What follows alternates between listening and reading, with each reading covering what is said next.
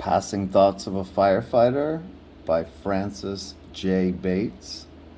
Chapter 5, Tapper. One of my fondest memories is that of an ordinary kitten that happened to drop in the station one day. She was half-starved, flea-bitten, dirty, but most affectionate. There was no doubt in my mind that she knew that the station had all the comforts that she wanted. On this particular day, Sumner Bevins was on duty, and as soon as he spotted the kitten, he realized that the feline needed help, especially in the line of food and milk. The milk was no problem, but arrangements had to be made for an immediate trip to a nearby store to purchase cat food. As soon as Sumner placed the meal on the floor, a deep, inseparable friendship was established. It was decided that if the kitten were to stay, it must be bathed. It was determined by Sumner that this new friend of his should be thoroughly washed to alleviate the flea condition. Chances are that if the kitten had foreseen this coming, she would have bypassed this stop. Nevertheless, arrangements were in the making for the event of the day. We obtained strips of cloth by tearing up an old sheet. The deep sink was filled with a solution of flea killer in lukewarm water. We were ready for the little tiger. It was my job to hold the kitten while Sumner tied the two front paws together. He was working with gloves or mittens, and he found it difficult to wrap the bindings around the paws. Also, since my hands were holding on to the young one securely, there was not much room for Sumner to work on the paws.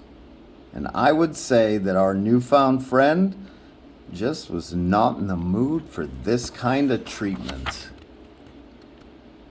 However, perhaps due to the kitten becoming exhausted, we finally secured the front and rear legs with pieces of cloth. This was no easy task, and it did take time. Following this ordeal, Sumner proceeded to carry out his desire. The kitten was picked up by all fours and dunked in the water-filled sink. Following this, rinse water was prepared, followed by a large towel for drying purposes. The feline lovers of the country probably would have picketed our station if word had leaked out about our method of giving the kitten a bath. However, all turned out fine. The cat was so many tones cleaner, and apparently accepted the fact that this was all part of being a member of the station. And by the way, Sumner was left soaking wet from his head to his feet. It was decided at this point to name her Tapper.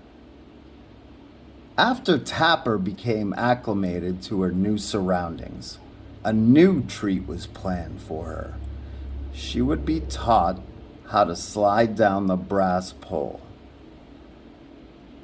Yes, this probably sounds impossible, but again, Sumner rose to the occasion. He would carry Tapper to the second floor pole opening, wrap the front paws along with the rear ones around the pole, and then let go. One of the crew would be below to catch Tapper if she let go of the pole. She never did, but adapted to this pole sliding immediately. Whenever a box tapped in, Tapper automatically headed for the cellar. She never did like the sound of the fire alarm. When the fires tapered off and things quieted down in the station, Tapper would emerge from her bomb-proof shelter and would tune up her best. She was not long on looks, but made up for her gray and white complexion and squinty eyes by cavorting friskily among the boots and equipment. And she topped off her athletic gamblings every now and then by sliding down the brass pole. If a fire alarm finds her upstairs, the slide is her nearest route to the cellar. And when the alarm would blow, so did the station mascot, Tapper.